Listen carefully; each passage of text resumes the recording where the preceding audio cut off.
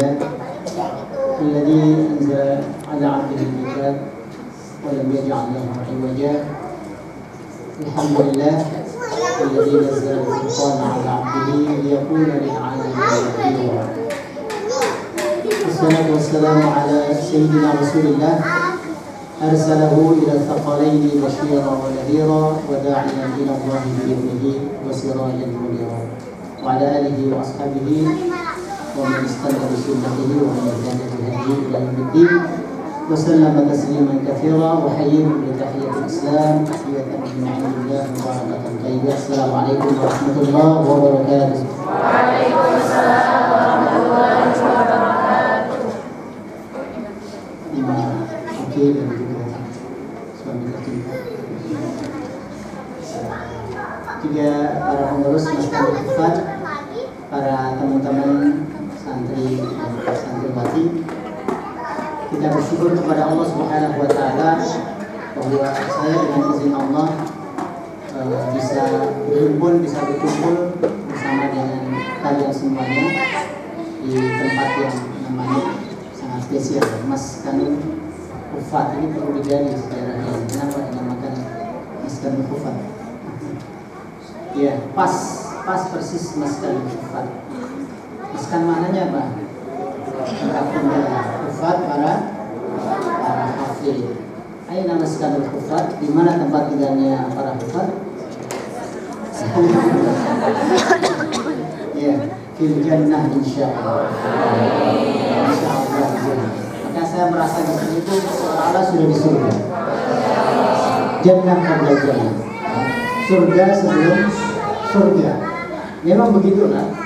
Kalau orang itu di dadanya ada Al-Quran, di mulutnya ada, lisannya ada Al-Quran, di pikirannya ada Al-Quran, di darahnya ada Quran, di tulangnya ada Quran, semuanya itu berasa jannah. Semuanya berasa indah. Karena yang paling indah itu adalah Al-Quran. Sesuatu yang paling indah sudah ada dalam jiwanya. Sesuatu yang paling indah sudah ada dalam dirinya. Tidak ada sesuatu yang lebih indah daripada Al-Quran. Maka Al-Quran itu kalau sudah menjadi milik kita, Al-Quran itu kalau sudah menyatu dengan kita, maka ya tahu oncom rasanya seperti makanan yang mahal-mahal. Ya. Apalagi di tempat yang indah, di tempat yang sejuk seperti ini. Di penjara sekalipun, ya, ala Syekhul Islam Ibnu Taimiyah, penjara itu adalah tempat dia berkhulwat. Penjara itu bagi Nabi Yusuf lebih baik daripada tinggal di istananya. Siapa namanya? Di istana Imratul Aziz. Ya, Quran menyebut Imratul Aziz. Qala rabbi sijnu ahabbu ilayya mimma yad'unani ilayhi. Kata Nabi Yusuf kan gitu. Ya Allah, penjara itu lebih aku cintai daripada aku tinggal di istana dengan fasilitas wilayah dimanja dengan bermacam-macam keindahan istana. Dia lebih memilih penjara. Kenapa? Artinya sudah diindahkan dengan kedekatannya dengan Allah Subhanahu wa Ta'ala. Maka kalau orang itu mau bahagia, cuma satu saja kita harap orang muslimin. Apa itu? Al-Quran. Itu kata kunci, satu kata kunci untuk kita menjadi bahagia. Dekatlah dengan Al-Quran. Taha ma anzalna 'alaika al-Qur'ana litashqa. Begitu kan? Tidak aku turunkan Al-Quran itu supaya engkau menjadi celaka.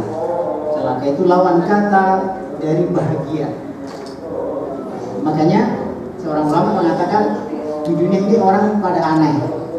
Anehnya kemana? Dia mencari kebahagiaan kemana-mana, sementara sumber kebahagiaan, gudang kebahagiaan itu banyak diacuhkan, banyak ditinggalkan. Gitu kan? Maka agar kita menjadi bahagia, jadikan jiwa kita ini menjadi gudang kebahagiaan. Maka nggak usah jauh-jauh. Makanya disinilah pentingnya kita menjadi para hufat. Karena kalau mau bahagia tinggal mainkan aja. Di mana mainnya? Al-Quran. Kafaya ayn sad Dzikru rahmati rabbika 'abdahu Zakaria.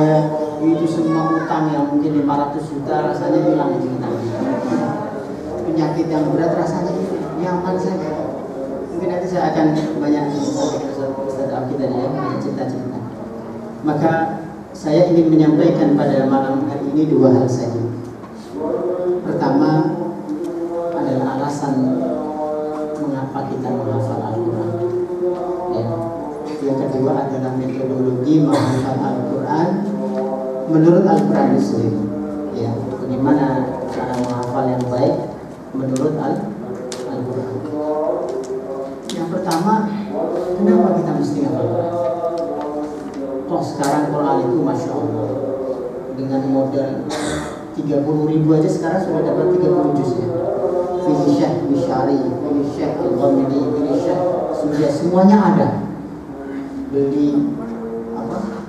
Ya, MNCB yang kecil ya udah dimasukin laptop, udah di download 30 juz. Pilih siapa? Ada semua. Bagus-bagus lagi. Kira-kira bagusan mana?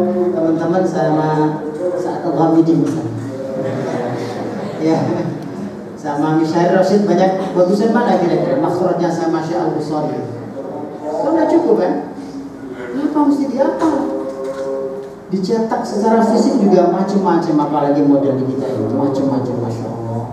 Ya, dia yang huruf-hurufnya kayak semut itu kecil gitu. Sampai komplit semuanya. Ya, coba kalau kalian ditanya, ngapain sih hafal Quran? Udah gak ada gunanya hafal Quran. Apalagi kalau lihat baku Google udah gak ada lagi gunanya hafal Quran.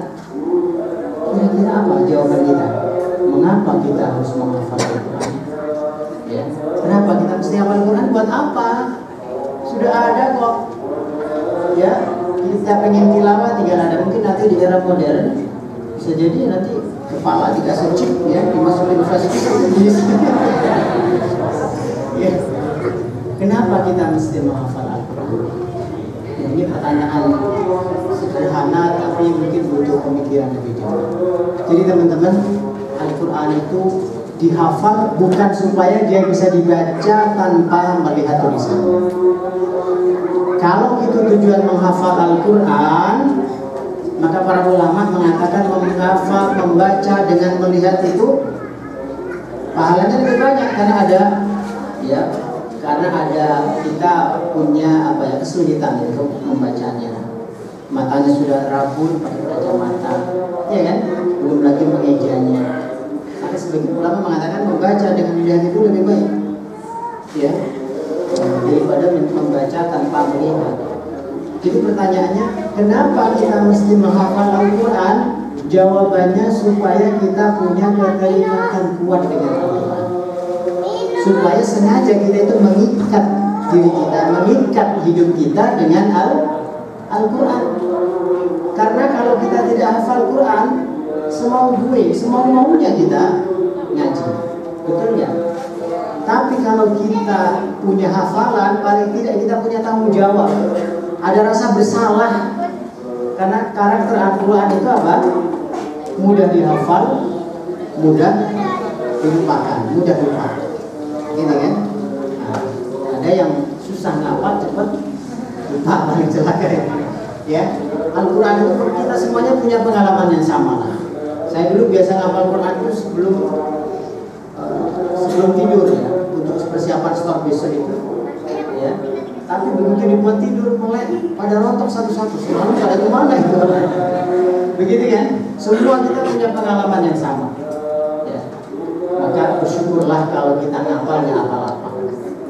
Berarti tandanya Al-Quran itu sayang sama kita, nggak mau ditinggalin.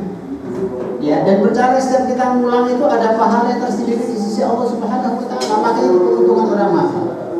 Jadi tujuan orang menghafal itu adalah supaya punya keterikatan, ya, keterikatan dengan Al-Quran. Maka Nabi Shallallahu Alaihi Wasallam bersabda, "Ta'ahadul Quran." Ta'ahad itu maknanya apa?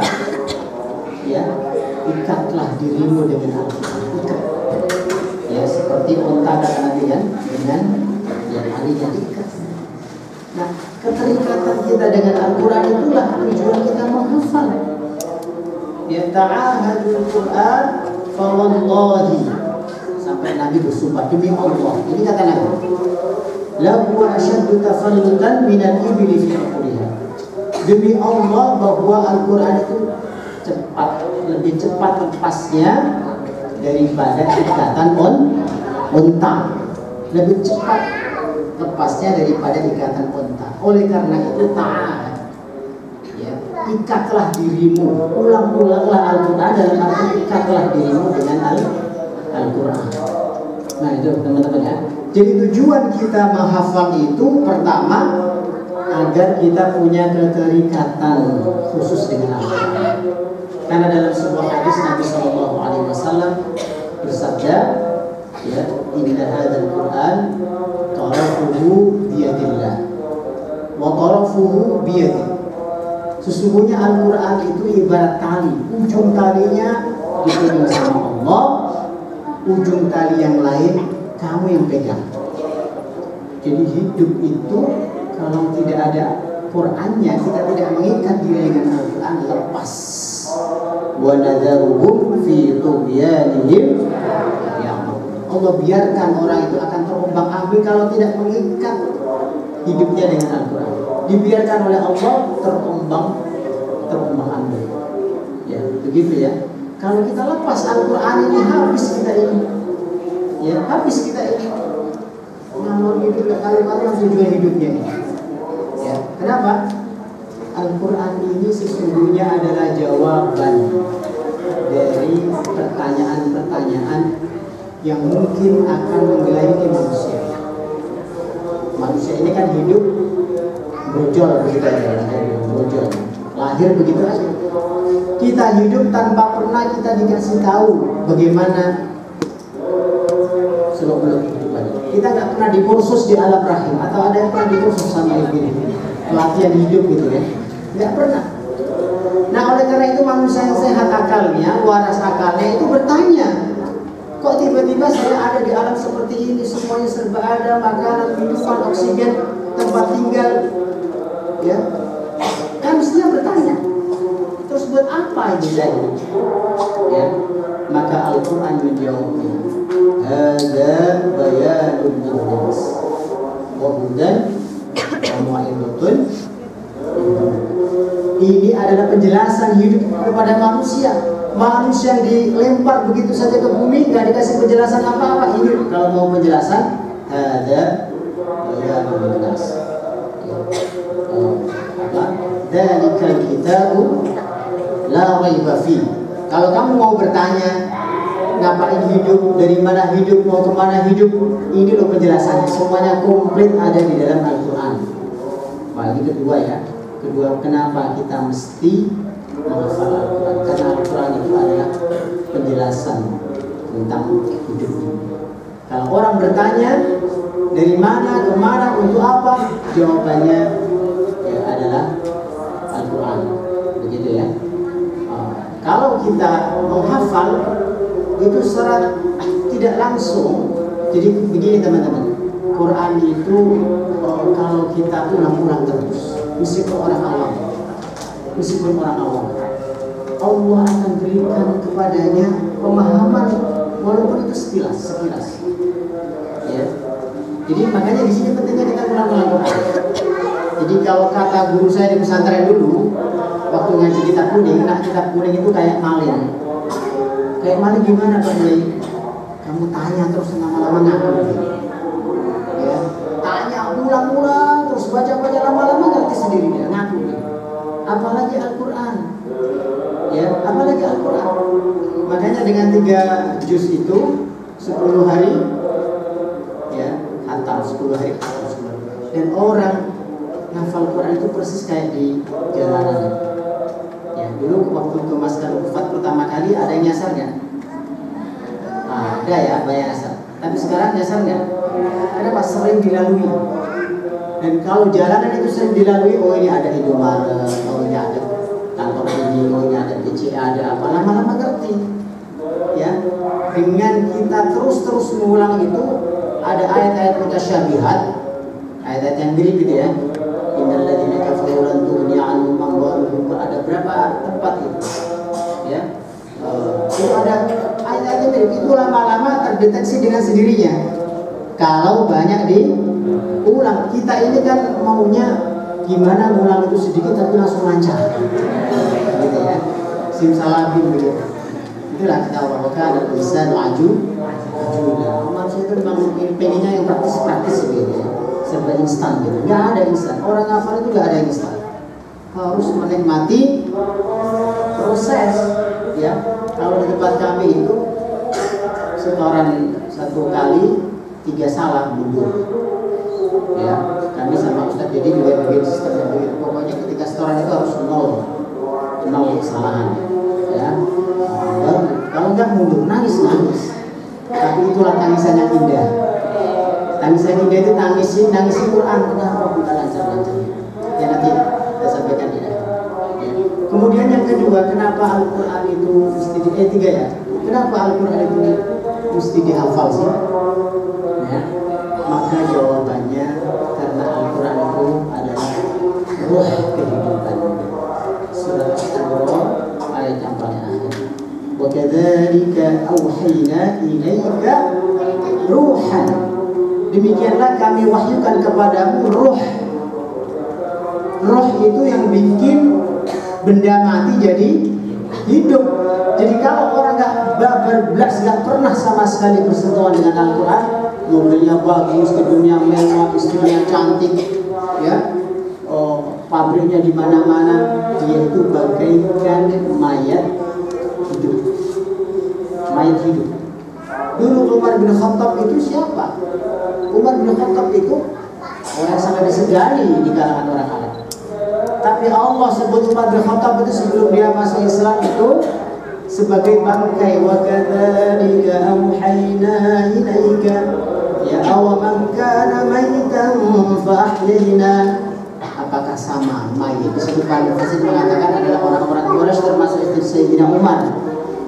Ya, dia gagah, dia perkasa, dia terkemuka, dia tersohor. Tapi Allah sebut orang-orang yang tidak bersentuhan dengan Al-Quran meskipun luar biasa sebagai bangkai. Masya Allah. Senang itu istilah Al-Quran. Lalu kami hidupkan dengan apa? Dengan Al-Quran. Ya, fa'ahyaynahu. Makanya yang saya katakan Ustaz Zaki tadi ya. Waj'alna lahu nuran. Setelah dia punya Quran, Allah jadikan untuknya cahaya yamshi bihi finnas. Jangan jadi seorang hafidah itu ngamahan terus murojaah. Nggak pernah bersosialisasi, nggak berdakwah. Maka sebetulnya sisi kesamaannya sangat banyak antara Al-Quran dan Mas Kufan. Kita didik memang ya hafidah yang memang punya jiwa dakwah. Jadi kalau jadi hafidah itu nggak kemudian dia muncul di kamar dengan alasan murojaah, harusnya dia harus yamshi bihi finnas, harus berjalan di tengah-tengah manusia. Ada suami istri sama-sama hafid, sama-sama hafidah. Anaknya pengen lagi murojaah.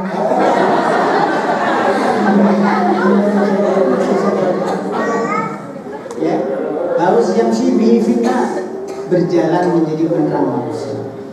Sangat luar biasa tadi yang disampaikan ya, orang-orang kampung pada ngaji itu luar biasa. Ya, jadi jiwa yang syibih finnas ini harus kita miliki. Bahkan kita berharap nanti yang memegang pos-pos penting di negeri ini adalah kalian. Dan saya percaya dengan banyak lembaga-lembaga Al-Quran yang sudah tadi, saya percaya suatu saat nanti Allah akan jadikan negeri ini adalah negerinya para pecinta Al-Quran. Saya kenal ada jenderal kemarin di rumah saya, ya, orang bersih dengan kita. Dia ngasih uang yang jumlahnya 160 juta lebih gitu, ya, untuk makan anak-anak saya. Jenderal itu, ya, siapa yang menggerakkan hatinya? Allah. Kami juga berkolaborasi dengan mereka-mereka yang punya kelebihan itu. Dan mereka semuanya hanya satu, Ustaz saya tidak bisa ngapal. Tolong titip dibikinin, alhamdulillah ada gedungnya, difasilitasi. Mereka hanya satu aja, tolong nanti kalau di surga ya panggil saya. Itu ya, Masya Allah. Cuma itu aja. Maka saya yakin seyakin-yakinnya Allah, ketika Allah gerakkan para penggiat Al-Quran dengan orang-orang yang hatinya diluluhkan oleh Allah untuk cinta kepada Al-Quran, insya Allah. Ini kita bayangkan seluruh santri-santrinya berapa seluruhnya sebenarnya? Semuanya di seluruh Indonesia 800 juga. Kalau 800 masing-masing bikin rumah tahfidz kecil-kecilan aja, subhanallah, seluruh provinsi bayangkan. Nanti suatu saat insya Allah ada pemimpin yang dimunculkan Allah sebagai pemimpin yang Qur'ani. Dulu di Turki ceritanya itu, Erdogan itu termasuk yang disisakan. Dia sekolah namanya sekolah imam. Sekolah imam dulu gak dimunculkan. Ternyata muncul setelah beberapa tahun kemudian sosok yang ya.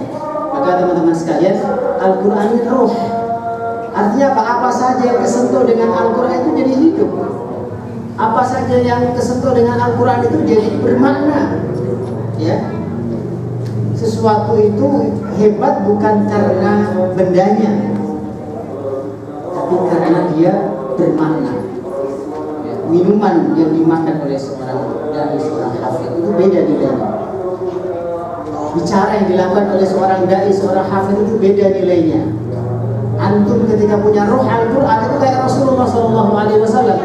Rasul itu disebut nurun ala nur. Nurun ala nur itu adalah Rasulullah SAW. Ya, Nabi itu saat hijrah ke Madinah datang ahli kitab. Ya, kemudian dia melihat wajah Nabi SAW. Jadi Nabi itu baru nongkrong aja orang udah pada mau masuk Islam itu. Cuma apa tongkrongannya aja nongkrong gitu. Saya pengen ahli kitab dari kalangan Yahudi, siapa namanya? Abdullah bin Salam namanya. Aku melihat wajah Muhammad itu bukan wajah pendusta. Lalu buru-buru dia masuk Islam. Padahal nanti belum ngomong. Kenapa? Ruhiyah Nabi yang sangat kuat, sehingga jangankan berbicara, belum berbicara aja orang sudah mau masuk Islam. Abdullah bin Salam sudah mau masuk Islam. Gitu kan? Lihat wajahnya kok pengen sedekah aja gitu. Lihat baru lihat mukanya pengen berzikir, pengen sholat. Baru lihat mukanya doang, apalagi kalau berbicara. Ya, maka jadikan Al-Quran ini betul-betul roh dalam kehidupan. Keluarga kita nanti dijiwai dengan Al-Quran. Pekerjaan kita nanti rohnya adalah Al-Quran. Seluruh karyawan wajib membaca Al-Quran. Misalnya kalau anda nanti jadi pengusaha, insya Allah. Ya. Jadi nanti kalian jangan menyebar di satu pos. Ada yang jadi pengusaha, ada yang jadi pejabat, ada yang jadi anggota dewan, ada yang jadi memang jadi ustadz, jadi kiai. Ya, harapannya seperti itu. Saya kira sama, Ustaz Abi. Saya juga tidak mencita-citakan semua santri saya nanti harus jadi ustadz. Ya, silahkan jadi ya artis seperti beliau. Silahkan jadi pengusaha. Silahkan jadi apa saja. Yang penting kalian punya roh Al-Quran. Masya Allah, ahli wassalam. Ustaz Ilham Syah. Iya, saya teringat Ustaz ini, Masya Allah. Teman lama saya, teman saya. Saya ingat, mungkin. Jadi kalau diturut-turut kata beliau ini ada silsilahnya dengan pukul.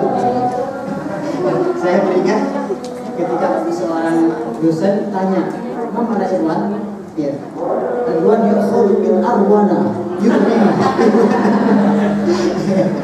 Ustaz, kita Ustaz.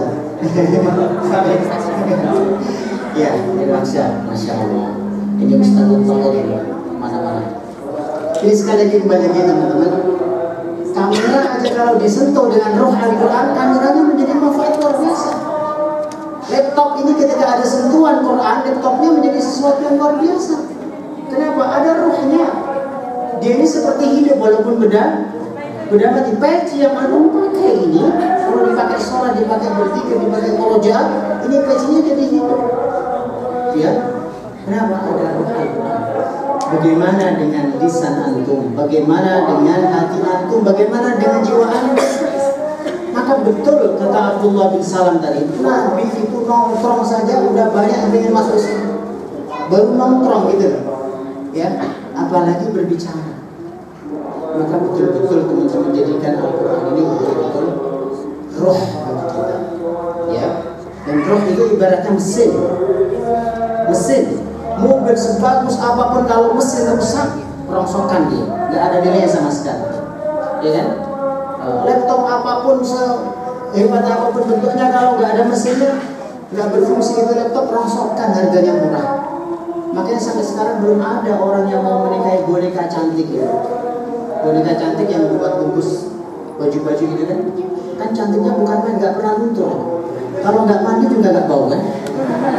Nggak butuh parfum, nggak butuh perawatan, nggak butuh lumuran gitu kan? Tapi sampai sekarang nggak ada laki-laki manapun yang mau menikahi boneka. Kenapa? Ya, karena dia nggak punya roh. Boneka nggak mengeluarkan aroma bau, boneka nggak pernah minta duit, ya kan? Ya, cantik lagi. Tapi kenapa? Karena nggak ada rohnya, nggak ada rohnya. Jadi Al-Quran ini akan menjadikan sesuatu akan istimewa. Jadi kita itu istimewanya karena kita punya Al-Quran. Pejabat tinggi, namanya terkenal di mana-mana, gajinya gede. Bagi kita nggak ada apa-apanya kalau nggak punya Quran. Tapi pedagang keliling di kampung saya itu banyak. Pedagang keliling, pedagang di pasar, alhamdulillah mereka banyak hafal Quran. Istimewa sekali walaupun mereka menjadi pedagang asongan. Tapi dalam dadanya ada Al-Quran. Karena kita ini akan menjadi istimewa kalau kita punya Kalau kita nggak punya Quran, la syai', kita ini bukan siapa. Dan kita hanya akan menjadi sampah. Namanya sampah itu teman-teman, sampah itu nggak langsung, nggak berguna, nggak dulu berguna. Ya, kulit durian. Ketika dulu masih ada duriannya itu dicium-cium itu kulitnya. Tapi setelah durian dimakan, kemana itu kulitnya? Dibuang ke sampah. Begitu pula Fir'aun, begitu pula Qarun, begitu pula Abu Jahal, begitu pula Abdullah bin Ubay. Dulu mereka orang-orang hebat. Tapi karena mereka tidak punya ruh, setelah mereka nggak ada, mereka jadi sampah. Diceritakan kemana-mana itu sampah. Jadi yang ketiga teman-teman, kenapa kita mesti menghafal Al-Quran? Karena Al-Quran itu adalah ruh kehidupan. Roh kehidupan. Kemudian yang keberapa? 4. Kenapa kita mesti menghafal Al-Quran? Karena kita ingin mengantisipasi masa-masa yang akan datang. Ya, boleh jadi, la samahallah. Mudah-mudahan Allah tidak menimpakan ini kepada kita. Boleh jadi karena kita nanti sudah usia sepuh, usia tua, kita nggak bisa lagi melihat Al-Quran. Maka kita membaca Al-Quran dari mana? Dari hafalan kita. Karena ini dialami oleh orang tua saya sendiri yang tadi saya saudara. Ya, jadi saya ngaji itu dari alif bata sampai hafal itu dari ibu saya, ini produknya. Maka saya berharap nanti teman-teman akhwat, kalau kita lihat ulama-ulama dulu itu, rata-rata mereka itu sebelum keluar rumah, ibunya yang mendidik dia hafid. Gitu ya. Kalau kita lihat hampir semua ulama, Ibnu Rushd, ya, termasuk ulama kontemporer sekarang ini, Yusuf Qaradawi, ya, Sayyid Qutb, kemudian Imam Ahmad, hampir seluruhnya itu yang bikin hafal Quran siapa? Produk dari ibunya. Makanya Imam Ahmad pernah bercerita, dulu itu aku dikasih hafal sama ibu. Kemudian ketika aku masih usia 6 tahun, ya, atau 7 tahun, setiap pagi ibuku mengenakan mantel yang tebal, memakaikan kopiah dan mengantarkan aku sholat subuh. Ya, kenapa mantel? Karena dinginnya bukan. Jadi ibunya ini yang menjadikan Imam Ahmad itu menjadi seorang imam yang hebat. Kenapa ibunya? Maka maka berharap sekali dengan banyaknya akhwat yang menghafal Quran nanti, mudah-mudahan Quran itu bisa diambil dari ibunya sendiri, ya, dari lisan ibunya sendiri. Itu kesannya luar biasa. Saya sampai sekarang setiap khatam Quran itu saya nangis. Yang ingat hanya ibu dan ibu. Dari kecil saya diajari. Padahal ibu saya dulu nggak lulus SD. Baca ABCD juga nggak bisa. Kalau dulu saya di Saudi belajar itu, kalau kirim surat itu pakai Arab Melayu, baru bisa kebaca ya. Ya, kenapa? Saking besoknya ibu saya itu, saking besoknya. Tapi masya Allah dia punya Quran. Lagi-lagi kalau orang punya Quran itu Allah akan angkat derajatnya. Allah akan memuliakan dia. Ya, dia ngajarin saya dari A, Ibu, Babibu sampai saya selesai hafal Quran. Saya masih ingat ketika ada di depan tunggu saya ngafalin waktu itu, saya masih ingat sampai sekarang. Alam tara ilal ladzina utu nasiban minal kitabi yad'una ila kitabillahi liyahkuma bainahum. Sampai sekarang sambil ibu goreng kerupuk. Kesannya luar biasa. Sambil ibu jemur. Saya masih ingat semuanya. Detik-detiknya sampai sekarang terekam betul. Ya. Maka teman-teman sekalian, di akhir hayat beliau mungkin 5 tahun belakangan beliau sudah nggak lihat lagi.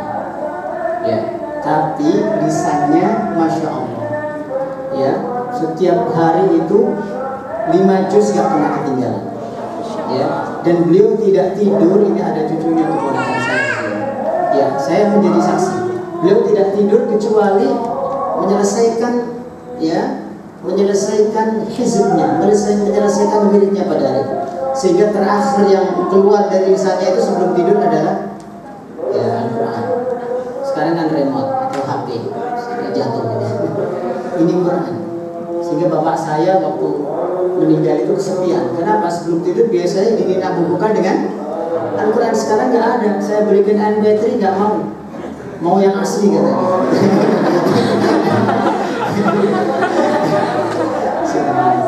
Nah itu teman-teman, boleh jadi ada satu saat nanti di mana kita tidak bisa baca Quran, tidak bisa baca Al-Quran. Kalau kita sudah punya hafalan Al-Quran, kita bisa menyelesaikan Quran. Tetap kita bisa mengajar Al-Quran dengan hafalan kita. Dan yang kelima yang terakhir, ya, Al-Quran itu akan selalu, kalau kita sebagai penghafal Al-Quran ya, akan selalu memuliakan kita dari dunia sampai akhirat. Saya orang kampung Pulen, mungkin kalau digambar di peta Indonesia itu kampung saya nggak ada, ya nggak ada, terpencil banget. Tapi alhamdulillah dengan Quran ini, masya Allah, Allah muliakan. Saya merasakan mudah-mudahan tidak hanya di dunia saja. Allah muliakan saya bolak-balik ke Saudi setahun bisa 2 kali, 3 kali karena Quran, ya kan? Saya bertemu di Masjid Al-Fatih ini juga karena Al-Quran. Tapi saya yang hitam ini ya, bisa menginjak menara Eiffel. Ya. Tahun lalu saya bisa ke mana itu? Andalusia, Spanyol. Lihat sisa peninggalan di sana. Padahal saya siapa orang desa. Saya bisa keliling Eropa. Ya, ini juga karena barakah Al-Quran. Saya saksikan betul.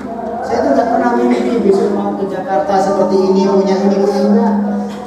Tapi saya rasakan betul ini kemuliaan yang Allah berikan. Sebabnya adalah Al-Quran. Ya. Jadi Al-Quran itu teman-teman, kalau kita baca dengan betul, kalau kita bermuamalah dengan Al-Quran dengan benar, ya pasti dia akan mengangkat kita. Tidak dibacakan Al-Quran kepada orang sedih kecuali sedihnya akan dihilangkan Allah. Tidak dibaca Al-Quran kepada orang lemah kecuali Allah akan kuatkan dia. Tidak dibaca Al-Quran kepada orang yang sakit, Allah akan ringankan sakitnya. Ya, itu Al-Quran. Kenapa? Dia mukjizat. Dan sekarang kita ditantang oleh Allah untuk membuktikan di mana kemukjizatan Al-Quran itu. Kenapa kemukjizatan Al-Quran belum muncul dalam diri kita, dalam kehidupan kita? Mungkin karena kita yang belum benar cara berinteraksi kita dengan Al-Quran. Begitu ya, sampai akhirat nanti. Jadi kelelahan kita membaca beramalan mengikuti Al-Quran ini dibanding dengan apa yang akan diberikan Al-Quran kepada kita, nggak ada bandingannya apa-apa. Kita bersama Al-Quran paling berapa? Paling berapa dengan umur kita ini? Kalau umur manusia itu 60-70 tahun, ya paling 50-40 tahun. Tapi lihat apa yang akan diberikan Al-Quran kepada kita. Di dunia Allah muliakan. Saya pernah nanya ke Ustaz Oki waktu itu, Ustaz, apa yang kira-kira dirasakan setelah bergelut, berjuang ya dengan Al-Quran? Apa kata beliau? Ya Allah Ustaz, hampir semua yang saya cita-citakan itu Allah kabulkan. Jadi saya dengar dari lisan beliau langsung. Itu di dunia, di akhirat. Subhanallah, sejak kita dipisahkan arwah ruh dari jasad kita, ya, Al-Quran akan datang. Di alam kubur dia akan menemani kita, ya. Di alam mahsyar dia akan membela kita, menemani kita. Dan di saat Allah Subhanahu wa taala menghisab kita, Iqra'ul Quran fa innahu ya'ti.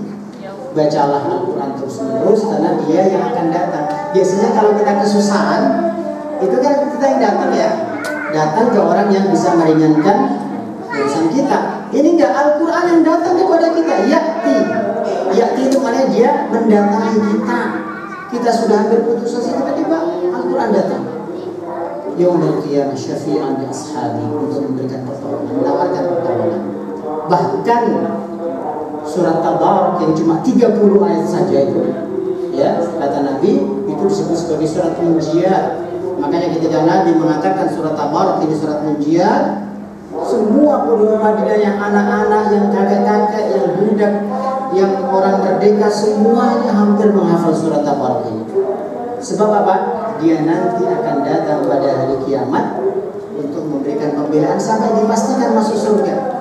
Jadi teman-teman, satu-satunya ibadah yang tidak ditinggalkan sampai surga itu adalah membaca Al-Quran. Makanya Nabi SAW bersabda ketika orang ahli Quran ini dimasukkan ke dalam surga, nggak cukup Al-Quran tetap mengawal. Ketika dia vonis neraka, Al-Quran mengawal dia. Ketika dia dimasukkan ke dalam surga, nggak cukup Al-Quran ini meninggalkan, dan selesai tugas surga, ya, sampai dipastikan dia menaiki tangga-tangga surga. Yuqalu li sahibil Quran, akan dikatakan kepada sahibul. Siapa sahibul Quran? Sahibul Quran itu yang lebih pantas dan lebih pas adalah orang yang hafal Al-Quran. Iqra, bacalah. Warattil, bacalah dengan pelan tartil. Wartaqi, dan naiklah engkau ke anak-anak tangga surga. Ya, itu Quran. Gak cukup dia ngawal kita sampai kita masuk ke surga, enggak. Dia ingin memastikan bahwa kita itu nanti betul-betul meraih surga yang paling tinggi. Fa inna manzilataka 'inda akhir ayatin taqra. Kedudukanmu itu menurut ayat terakhir yang kamu baca. Yang kamu baca terakhir itulah kedudukanmu. Makanya diriwayatkan bahwa jumlah anak tangga surga itu sebanyak jumlah ayat Al-Quran. Masya Allah. Jadi kalau ada orang masih malas-malasan hafal Quran itu seperti apa? Jadi kebutuhan kita dengan Al-Quran itu sangat besar. Pengorbanan kita ngapal, melek, itu gak ada apa-apanya dibanding dengan apa yang akan diberikan Al-Quran kepada kita. Makanya Imam Hasan Al-Basri saat beliau mendapatkan laporan si fulan telah hafal Quran, ya, si fulan menjaga Al-Quran, enggak, justru Al-Quran yang menjaga dia. Al-Quran yang menjaga dia, ya. Maka teman-teman sekalian, itu alasan-alasan mengapa kita mesti menghafal Al-Quran. Udah panjang ini. Ya, sekarang yang kedua, ya. Ini tip praktis saja yang disebut Al-Quran, cara menghafal, ya, menurut Al-Quran. Hanya ada dalam 2 surat, ya. Pertama surat yang sering diulang-ulang. Walaqad yassarnal Qur'ana lidzikri fa hal min muddakir. Surat Al-Qamar, ya. Beberapa ayat itu semuanya persis sama. Sungguh kami telah mudahkan Al-Quran, ya, untuk dipelajari, untuk dihafal. Fa hal min muddakir. Apakah ada orang yang mau mempelajarinya? Orang kadang mengatakan Quran gampang, ya. Sebetulnya bukan gampang secara otomatis. tapi ada yang menggampangkan, ada yang memudahkan. Ya. Maka kalau kita mau mudah menghafal Al-Quran, ya, dan kemudahan itu datangnya dari Allah. Tidak ada sesuatu yang mudah kalau tidak dimudahkan Allah. Betul kan? Betul kan? Saya pernah nengok pasien jamaah saya, ya, yang masya Allah sudah berat sakitnya, kan apa ya. Saat beliau makan itu adalah saat yang paling menyiksa. Sementara kita makan menyiksa nggak? Wah, dikira banget gitu ya. Ya, kapan makan gitu kan. Tapi sebagian orang karena tidak dimudahkan Allah, bahkan minum itu menjadi sebuah siksaan loh. Kenapa? Karena tidak dimudahkan Allah. Oleh karena itu orang hafal Quran itu bukan karena otaknya encer, bukan IQ-nya tinggi, tapi karena memang betul-betul dimudahkan oleh Allah. Saya punya teman bebal, ya, waktu di SD itu nggak naik kelas dulu ya. Tapi ketika hafal Quran, masya Allah, itu kayak MP3 dia, lancar banget. Ya, Allah memudahkan. Ya, Allah memudahkan. Maka supaya kita mendapatkan kemudahan dari Allah, itu syaratnya kita harus dekat sama Allah, jauhi maksiat,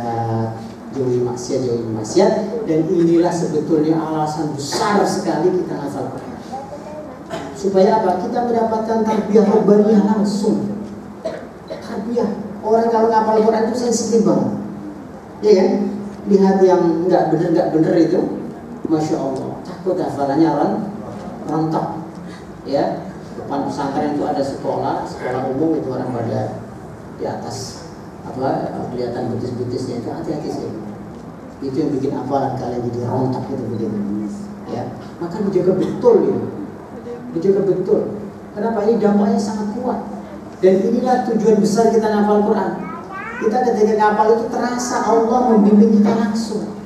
Nggak berani kita macam-macam sama Allah Subhanahu Wa Taala, ya. Karena Quran itu kemudahan dari Allah. Sebaliknya kita akan selalu mendekatkan kepada Allah dengan amal yang besar maupun amal yang kecil. Ya, walaupun mungkin dengan memberikan air minum, walaupun lakukan itu semuanya. Niatkan itu semuanya, ya Allah mudahkan aku, alzimni hifdz kitabi. Ya Allah, kuatkan hafalanku. Berikan aku kemudahan untuk dengan wasilah saya memberi kue satu ini, mudahkan hafalan Al-Quran. Itu nyata teman-teman, bener ya? Jadi itu keuntungan orang hafal Quran. Makanya nggak hanya sekedar bisa membaca tanpa lihat tulisan doang. Kalau itu gampang ya, gampang. Nanti sudah dikembangkan teknologi, katanya nanti ke depan kalau mau jadi imam itu cukup pakai kacamata, kayak Satirwan Syah ya. Nanti di kacamata itu muncul tulisan sendiri, jadi antum dijamin nggak salah. Kenapa? Udah ada contekan di kacamatanya. Gitu. Tapi bukan itu tujuan orang hafal Quran. Supaya Allah menjaga kita dengan cara apa? Cara kita merasa sensitif. Wah, tadi belum zikir, tadi belum maksurah, tadi belum apa, ya. Hari ini saya banyak lalai, sholat jamaah ketinggalan. Itu terasa betul bagi seorang hafid ini, orang yang menikmati proses menghafal Al-Quran, ya. Maka karena hafal Quran itu kemudahan dari Allah, rayulah Allah, mintalah Allah. Jangan merasa kita lelah. Ista'in billah, apa Ustaz Ridwan? Wala ta'jaz. Minta tolonglah kepada Allah, minta tolong kepada Allah makanya. Dan kalau kita minta tolong kepada Allah, ya ada syaratnya dong. Jangan macam-macam. Jangan mengecewakan Allah, karena kita meminta tolong terus sama Allah sepanjang hidup kita. Ya, minta tolong kepada Allah, wala ta'jaz. Jangan engkau merasa dirimu itu menjadi lemah. Ya. Maka kemudahan itu tidak datang dengan sendirinya. Maka sudah menjadi keharusan seorang hafid itu, ya. Sholat malam, saum, bukan sekedar Ramadan saja, ditambah terus amalnya. Karena kebaikan itu akan selalu melahirkan kebaikan-kebaikan berikutnya. Maka yang harus kalian jaga kalau memang ingin menjadi hafid, bukan hafid MP3 ya, tapi hafid sejati. Karena banyak juga hafid MP3, bacaan lancar. Tapi masya Allah hidupnya maksiat, bergelimang maksiat, ya siang malam, ya selalu meninggalkan sholat kadang. Tapi kalau suruh ngaji, ngajinya lancar gitu ya. Itu namanya hafid MP3 gitu kan, MP3. Ya, bukan hafid sejati. Kita ingin menjadi seorang hafid yang sejati. Maka ya, baik ibadah yang mahdoh atau ibadah yang mahdoh, kaitannya dengan saling menolong, saling membantu. Dan kalian di sini pesantren itu indahnya kan bukan sekedar belajar ilmu ya, tapi belajar kita bersosialisasi. Orang Aceh beda dengan orang Jawa pemalu, orang Medan, Ustaz Firman ini masya Allah ya, boras gitu ya. Nah, di situ indahnya di pesantren itu begitu. Jadi kita belajar untuk bersosialisasi. Makanya kalau ada yang kurang, tolong melengkapi kekurangan saudara antum, ya kan? Nah, ini dia yang insya Allah dengan wasilah itu Allah akan mudahkan. Allah akan mudahkan semuanya, gitu kan? Kemudian yang kedua, terakhir ya, ada dalam Al-Quranul Karim, ya surat yang tadi saya baca dalam surat Al-Alaq. Apa itu? Allah Subhanahu Wa Taala berfirman, "Sanuqri'uka fala tansa illa ma syaa." Aku akan bacakan kepadamu wahai Muhammad, sanuqri'uka fala tansa. Maka apa yang aku bacakan kepadamu, kami bacakan kepadamu, engkau gak akan lupa untuk selama-lamanya. Imam Ibnu Katsir menjelaskan di situ ada makna, ada kata yang tertuang, sanuqri'uka qira'atan la tansa. Aku akan bacakan kepadamu wahai Muhammad satu bacaan yang spesial, sehingga sesuatu itu kalau spesial tidak akan bakal lupa. Ya, teman-teman yang depan ini kira-kira masih ingat nggak waktu sunat? Waktu sunat masih ingat nggak?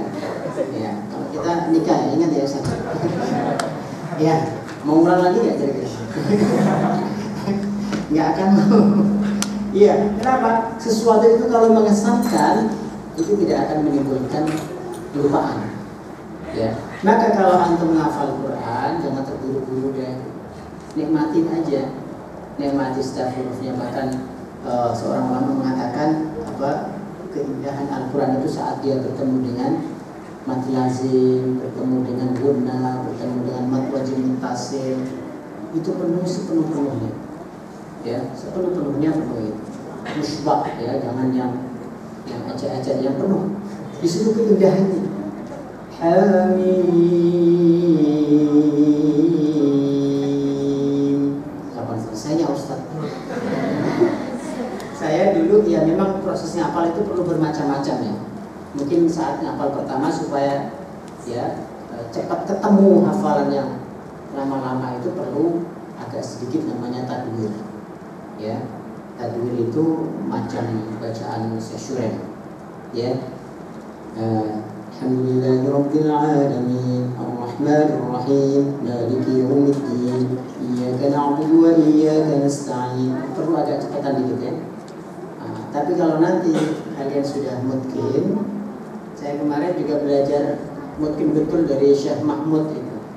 Ya, karena beliau itu teliti banget itu. Kalau kurang panjang dikit ya udah, nanti mau dapat sanad harus benar bacaannya. Ya, panjangnya kurang, dengungnya kurang, selalu beliau ingatkan itu. Ya, memang kadang-kadang ya harus segala macam ya yang namanya hadir, takbir, tartil itu antum harus kuasai semuanya. Ya, tempo bacaan namanya tempo bacaan ada berapa? 3. 3 ya? 3 apa 4? 3. Apa saja? Tahqiq, tartil, tadwir, 4 ternyata ya. Ya, ya itu kalian harus kuasai semua ini. Mau cepat bisa, mau pelan-pelan bisa. Kalau tadi saya sholat bacaan apa itu? Sedang. Ya, itu harus dikuasai semua. Dan nanti kalau sudah mutqin, santai aja, pelan-pelan saja. Tartil standar itu internasional itu Syekh Mahmud Al-Husali. Bismillahirrahmanirrahim. Itu kalau langsung banyak lah itu Mahmud Al-Husali. Itu standar internasional. Ya, itu harus kuasai. Ya, kan memang baca Quran itu menyesuaikan dengan kondisi ya. Kalau antum kondisinya lagi akad nikah gitu kan, ya Bacaan seperti bacaan orang khataman, Alhamdulillah. Wah, itu maunya pengantinnya ya, hanya cepet-cepet. Ya, di orang nanti kan. Ya, jadi semua tingkatan itu harus antum kuasai. Ya. Jadi bacaannya itu bacaan yang mengesankan. Makanya orang itu kalau mau ngafal itu harus sudah selesai tahsinnya. Ya, jangan lagi istilah Satirwan Syah, qiraah sab'ah. Karena saya susahnya dibetulin. Ya, belum qiraah sab'ah gitu ya. Ya, jadi baca dulu pelan-pelan dengan kita mungkin membuka artinya, ya kan? Membuka tafsirnya kalau perlu. Karena itu bacaan yang mengesankan. Dan sesuatu itu kalau mengesankan itu bikin ingatan itu jadi nggak hilang karena mengesankan. Saya tidak ya. Dan Al-Quran itu teman-teman, ya apalagi nanti kalau sudah hafal, ada namanya safari, ada namanya hadoni, ada namanya saifi, ada namanya syitai. Itu maknanya apa? Quran itu turunnya macam-macam. Ada ketika Nabi di tengah perjalanan lagi di atas unta. Ada kalanya Nabi lagi di masjid. Ada kalanya Nabi lagi tiduran. Surat Inna A'tainakal Kautsar itu turunnya ketika Nabi tiduran di masjid. Artinya apa? Kalian harus bisa baca kayak gitu. Sambil nyetel Ustaz Irwan Syah. Ya, bisa baca, gitu kan? Sambil mau tidur bisa baca. Di mana aja alladzina yadhkurunallaha qiyaman wa qu'udan wa 'ala junubihim. Ini cerita sama Ustaz Irwan Syah itu. Dulu saya itu kalau naik kereta dari Depok sampai Manggarai, ya karena waktu itu kampusnya di Salemba. Itu alhamdulillah berangkat 1 juz, pulang 1 juz, ya naik kereta setengah juz, dilanjutkan dari Manggarai sampai Salemba jalan kaki karena nggak punya duit. Setengah juz juga, ya. Jadi genap 2 juz, ya. Zihaban wa iyaban, pulang pergi, dan itu rasanya indah banget. Itu kan tahu dulu kan teman-teman nggak akan ngerasain lagi. Mengesankan sekali kereta zaman dulu itu. Saya pernah kerja tuh yang paling artis 500 perak itu. Masya Allah. Ya, kalau naik kereta itu mandi nggak mandi sama aja. Karena dulu saya sering nggak mandi waktu berjalan. Sama aja, berkeringat, jubel-jubelan yang karu-karuan. Tapi saya masih merasakan adem. Kenapa? Saya ngaji di situ. Lihat orang yang pakaiannya nggak karu-karuan, nggak fokus gitu ya. Depan ada orang yang ngantuk gitu ya. Nggak lihat sebab apa fokusnya Quran. Nah, itu mengesankan sekali itu. Sangat-sangat mengesankan sekali. Dan yang paling mengesankan dari bacaan Al-Quran itu adalah inna nasyi'atal laili hiya ashaddu wat'au wa aqwam. Saat qiyamul lail juga ada bandingannya. Saat qiyamul lail itu yang paling menguatkan hafalan. Maka standar hafalan kuat itu kalau bisa dibaca dalam sholat nggak salah-salah. Sholat itu kan agak mana ya? Kita baca Al-Kafirun aja kalau jadi imam itu bolak-balik nggak baca habis. Wala ana wala antum wala ana. Ya, apalagi belakangnya ada Ustaz Irwan Syah ya. Ustaz Oki, ada orang-orang besar tambah bentar aja dulu gitu. Ya, maka itu 10 menit yang bisa saya sampaikan pada kesempatan malam hari ini. Sebetulnya masih banyak, mudah-mudahan Allah Subhanahu wa taala menghubungi kita dalam kebaikan. Semoga kita semuanya dijadikan oleh Allah Subhanahu wa taala sebagai ahlul Quran insyaallah. Dan kita bertekad untuk semuanya menjadikan negeri ini negeri para pecinta Al-Quran. Insyaallah negeri ini akan segera diperbaiki oleh Allah Subhanahu wa taala. Walau anna ahlul Quran amanu wattaqu la fatahna 'alaihim barakatin minas samaa'i wal ardh. Hadzal qawli ajma'in. Terima kasih atas segala belajarnya, maaf atas segala kekurangannya. Hadzal qawli ajma'in. Assalamualaikum warahmatullahi wabarakatuh.